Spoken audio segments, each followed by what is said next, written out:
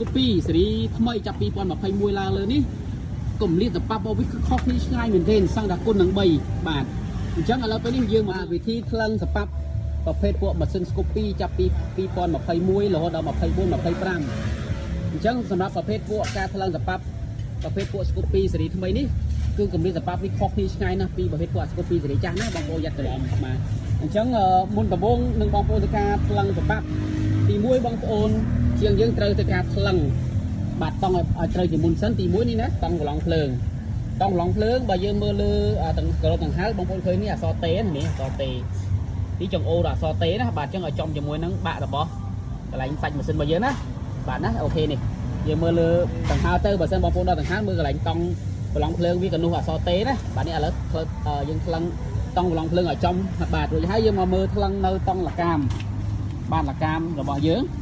បាទអញ្ចឹងថ្លឹងតង់លកាមរបស់ខ្នើយរបស់យើងបងប្អូនត្រូវយកចង្អូរណាប្រភេទពួកនេះគឺវាប្រើប្រភេទមញ៉លកាមយើងខ្ទាស់ជាមួយនឹងចង្អូររបស់ខ្នើយឲ្យបែរចេញមកមុខបែបនេះមកហើយបងប្អូនចូលបន្ទាត់កណូនេះឲ្យចំជាមួយស្មាយើងស្មាលើស្មាក្រមគេនេះបន្ទាត់លើណាកណូនេះណាស្មាលើស្មាក្រមមកហើយអក្សរនៅខាងក្នុងវិញណាប្រភេទពួកសេរីនេះតែចង្អូររបស់ខ្នើយរបស់យើងត្រូវបែរមកខាងមុខនេះណាចំជាមួយស្នៀតនឹងមញ៉លកាមរបស់យើងនឹងបាទអញ្ចឹងបន្ទាប់ពីយើងធ្វើការថ្លឹងបាទបឡុងភ្លើងថ្លឹងមញ៉លកាមរបស់យើងឬខ្នើយរបស់យើងរួចរាល់ឲ្យត្រឹមត្រូវតាមស្តង់ដាររួចរាល់ហើយចាំបងប្អូនមកធ្វើការថ្លឹងនៅសូប៉ាប់របស់យើងលើក្រោមបាទអញ្ចឹងសម្រាប់ប្រភេទពួក Scoopy សេរីថ្មីចាប់2021ឡើងលើនេះកុំលៀតតប៉ាប់របស់វាគឺខុសគ្នាឆ្ងាយមែនទែនសង្ឃថាគុណនឹង3បាទអញ្ចឹងឥឡូវពេលនេះយើងមកមើលអំពីថាតើបន្ទាប់ពីយើងថ្លឹងនៅតង់បាទលកាមជាមួយតង់កន្លងភ្លើងយើងត្រឹមត្រូវអស់ហើយបាទឥឡូវពេលនេះចាំយើងមកធ្វើការចាប់ផ្ដើមថ្លឹងនៅសូប៉ាប់ណាបាទអញ្ចឹងសម្រាប់សូប៉ាប់បាទសូប៉ាប់ខ្យល់របស់យើងសូប៉ាប់ប្រេងខាងលើណាបាទកម្រិតរបស់វាគឺយើងត្រូវយកលេខបាទអញ្ចឹងតម្លៃស្តង់ដារដែលវិស្វករគេកំណត់ទុកឲ្យសម្រាប់ការថ្លឹងនៅកម្រិតសូប៉ាប់ពួក Scoopy សេរីថ្មី2021ឡើងលើនេះបាទខ្យល់សូប៉ាប់ប្រេងខាងលើណាគឺយើងយកលេខ 0.08 មីលីម៉ែត្របាទបូកដក2បាទបូកដក2បានថាម៉េចបងប្អូនបូកដកទៅតាមកលៈស័កជាស្ដែងទៅបងប្អូនចង់បូក2 8បូក2ស្មើនឹង10បាទបូកនៅពេលណានៅពេលដែលយើងដូរសម្បត្តិថ្មីយើងឡើង2ទៅបាទណាជឿបងប្អូនចង់ឲ្យស្ងាត់បងប្អូនដក2ទៅណាអូខេអញ្ចឹងតម្លៃស្តង់ដារចូលមកវិញតម្លៃស្តង់ដារសម្រាប់ខ្យល់3ពួក Scoopy នេះគឺយើងយក 0.08 មីលីម៉ែត្រណាបងប្អូនសៀតយកមកប៉ានេះហើយដកយកមក smooth ប៉ុណ្ណាណាអូខេ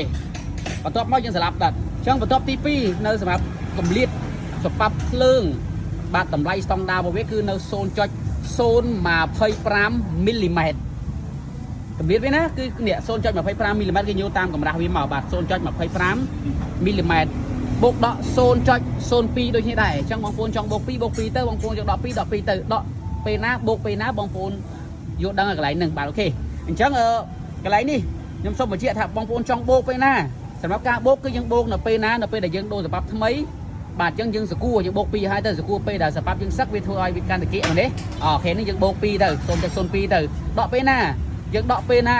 ដល់ពេលម៉ូតូស្តង់ដារអតិជនគេថារៀងលន់អញ្ចឹងយើងដក2ទៅអញ្ចឹងណាឲ្យវារៀងឲ្យវាគៀកទៅកុំឲ្យវា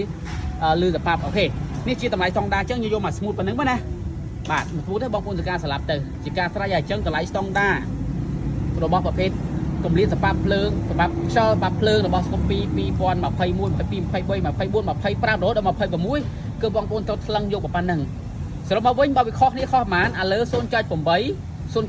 អាក្រម 0.25 ខុសគ្នាសឹង3ដងឃើញទេបាទហ្នឹងអញ្ចឹងបើសិនជាបងប្អូនខាតថ្លឹងខុសតាមតម្លៃសងណាប្រកបណាស់ម៉ូតូនឹងពិបាកប្រឆេះហើយឆេះមិនស្រួលបាទឬក៏ដេតមូគៀតម្លាក់គៀវិញបានឆេះអញ្ចឹងគឺវាខុសស្តង់ដាររបស់ដែលវិស្វករគេកំណត់មកកម្រិតថាការថ្លឹងសប៉ាប់គឺវិស្វករគេអ្នកផលិតម៉ាស៊ីនអញ្ចឹងគេដឹងពីកម្រិតនៃការបឺតខ្យល់នៃការបញ្ចេញជាតិពុលឬចេញផ្សែងវិញបាទណាអូខេនេះជាអ្វីមួយដែលខ្ញុំចង់បង្ហាញអំពីការថ្លឹងឲ្យបានតាម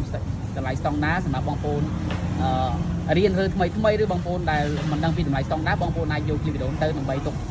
ជាបទពិសោធន៍នេះដើម្បីយកទៅអនុវត្តដើម្បីឲ្យបានចំស្តង់ដារព្រោះតម្លៃនេះគឺខ្ញុំយកដកស្រង់ចេញមកពីសភៅ